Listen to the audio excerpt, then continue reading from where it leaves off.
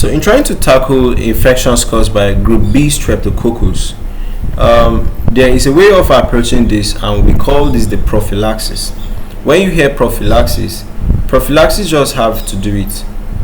I want to prevent something from coming in, So for these infections, we hear prophylaxis. Of course, that we are talking about some drugs that can possibly help to what?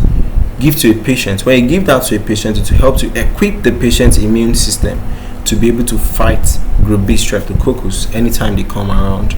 So for the bulk of this lecture, we'll focus more on those examples of drugs, So it's just a critical strategy to prevent early onset group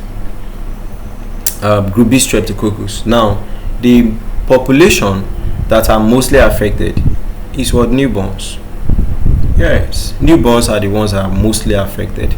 So this can also always lead to what? Serious infections in those babies. Why? Because babies are just coming up. Their immune system is new to all these infections. It's not really prepared for them. So you just give them these drugs. So this set of drugs, they help to equip the immune system for them to actually fight it better. So group B Streptococcus infections can cause things like sepsis in the baby, can cause pneumonia, can cause an inflammation of the meninges. So key guidelines for prevention is what? Screening. So every pregnant woman should always be screened. Alright? Always be screened for group B Streptococcus infections, right? The intrapartum antibiotic prophylaxis. As she's pregnant, intrapartum, within the pregnancy, alright, she should be given these preventive doses. Okay, she should receive antibiotics, okay, and all of that. So recommended antibiotics will have things like the penicillin G. This is what we got here. Okay, so if penicillin is not available, you can give them ampicillin.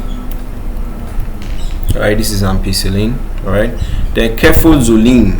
Alright, for those with low risk penicillin allergy, clindamycin. If you have done maybe the medical side, alright, you can test the organism to see if it will be respondent to it. Alright, then for vancomycin for high risk penicillin allergy and clindamycin resistant strains. So when it's indicated is bacteriuria, alright, so you have done some 1 or 2 urine tests for the woman and you see that there's bacteria in it and it happens to be the group B Streptococcus, alright, then if in her previous pregnancy she had issues with this, okay, so preterm labor, rupture of membranes, maternal fever during labor, all of this you can give it just to prevent group B Streptococcus from coming up.